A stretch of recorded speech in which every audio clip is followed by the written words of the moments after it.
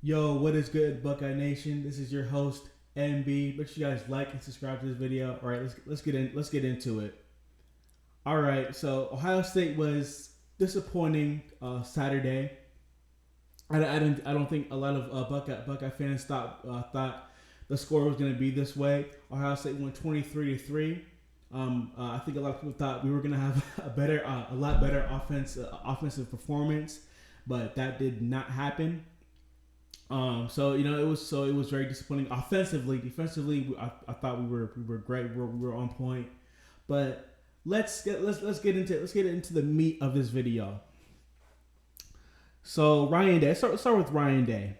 So I'm not gonna lie. I've been very vocal about Ryan Day. If you watch my past videos, a lot of you guys know that I'm a Ryan Day defender. I've defended Ryan Day. And I talked about his mindset coming into the season, how he's going to be more aggressive. Well, he kind of rubbed me the wrong way in this game a little bit.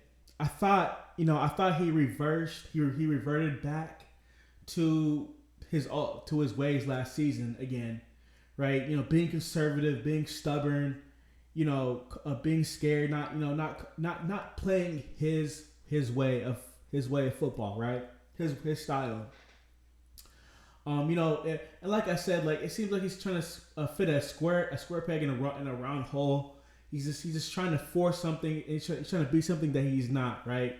We were playing very, very conservative football. We were playing, what they call, a lot of fans call it trestle ball, and and he was trying to be a tough team, but trying to prove that that this is a tough team and stuff like that. And I just felt like he reverted back to last season, which is just weird again. And I think a lot of people thought we were gonna get the Ryan Day from Georgia, and we did not get that. But again, I'm gonna defend him a little bit. It's Indiana, and we can't always expect a guy just to go crazy like that against a team like Indiana.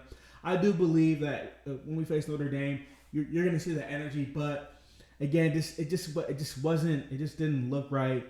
He looked conservative, and of course, also.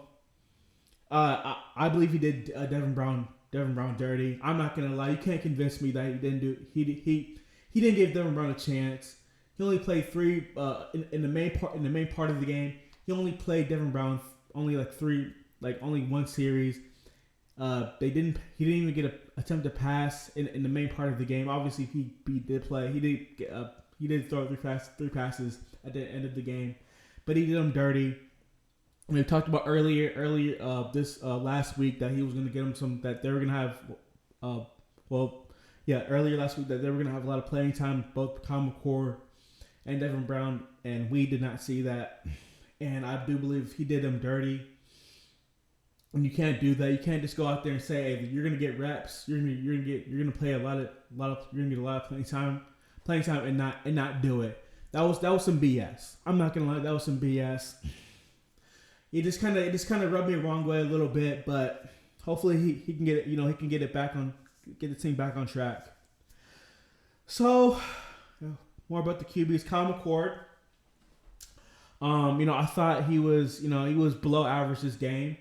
Of course, he has some good passes, and I'm not gonna be. Of course, he missed some passes. He missed some reads. A lot of Ohio State fans, they complained about this. He was checking down a lot of times. He wasn't really looking. He wasn't really. It was one read and he was checking it down. He didn't have a lot of patience. And again, it's his first game. I'm not gonna go too crazy. Of course, we wanted to see Devin Brown. I am a Devin Brown guy, but again, I'm not gonna go too crazy on him. It was his first game, his first true game on the road. He did get better. I would say he did get better.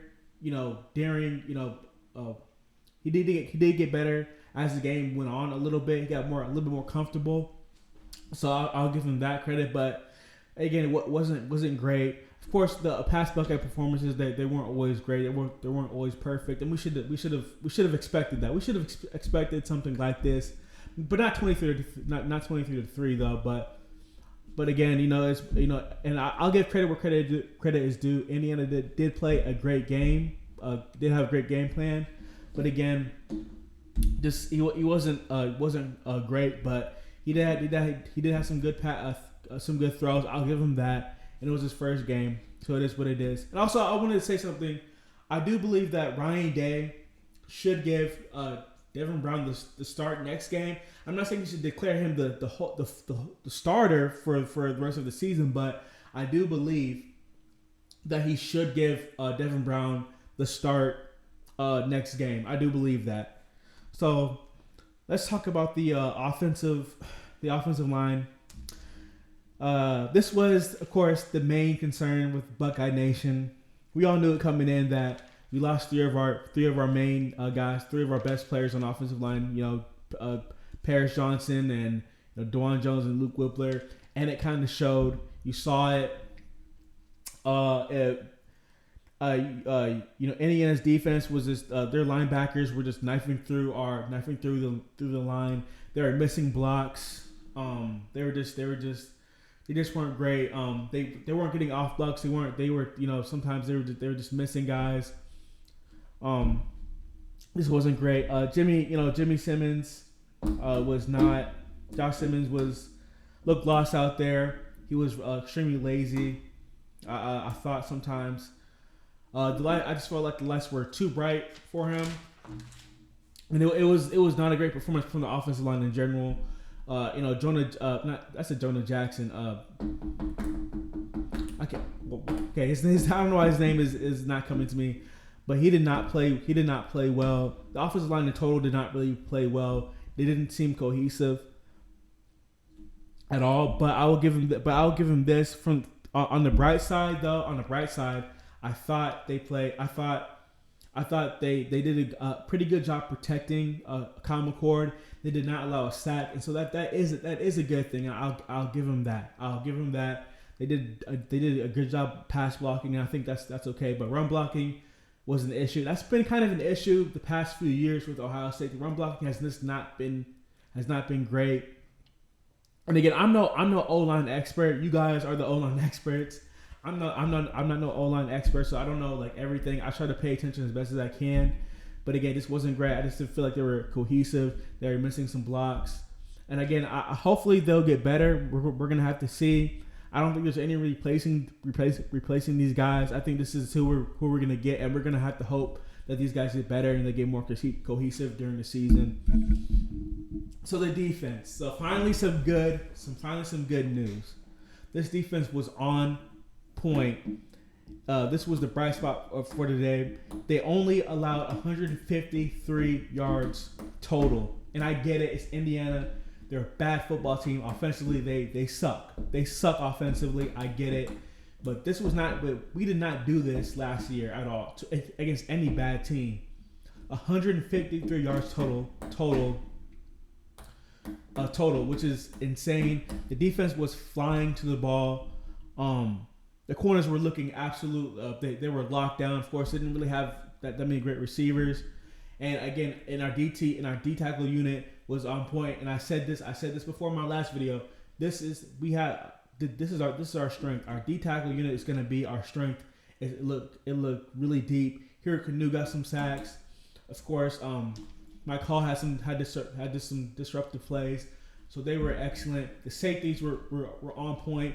Which was something that was surprising was Josh Proctor, who started. I thought he played really well at times. He kind of got juked out a little bit, got juked out on some plays, but he started. He played well. He had a deflection, had a good tackle for loss. So that's a good surprising. We didn't think he wasn't really being talked about during this fall camp, and he kind of showed out and played really well, and that's really good for him. But the young guy. But I want to talk about the young guys. Those guys that stood out were Malik Harford and Sony Styles. Sony Styles was flying to the ball. He had, I think, four tackles and 3 solo tackles and a tackle for loss. And he was fast. He was flying. This guy is freaky talented. He's 6'4", 230 pounds, and he's running like that. That is absolutely insane. It just was incredible. And of course, Malik Harford, who's a freshman, he played really well. I think he had a couple of good tackles. He has really good nose for the football, like Jim Knowles said. He was on point too. And then I want to talk about just the young guys, those young guys, flash in general. That was pretty much the bright spot of the team. And I want to talk about JT and Jack. Now apparently I looked back at JT Tuima's sacks. His play, and he was apparently the defensive player of the game. He had four tackles and I think a half tackle for loss.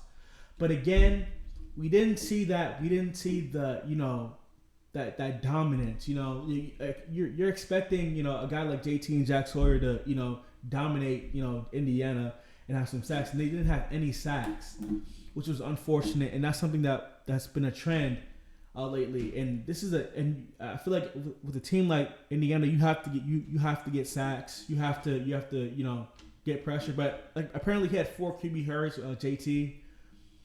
Jack Sawyer just wasn't there, and I talked about it. I talked about in my last video how Jack Sawyer's gonna have a great season, but you didn't really see that. It seems like they don't really have that slipperiness to them.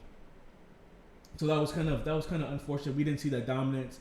Again, they didn't really pass it a whole lot, and they were getting the ball out of their hands really fast, but you just didn't really see that. You didn't really see what you wanted to see from the guys. I thought the other guys flashed. I thought Caden Curry was really good. I thought Kenyatta Jackson was really good at times, but again, it just wasn't. You didn't get to see that dominance. I'm gonna give him a pass for this game because all of our superstars were not great our superstars were not great this game. And I think they need to get back on track with these past 2 games. But that's pretty much it. All I have for this. Let me know what you think down in the comments below. All right, guys, I'm out.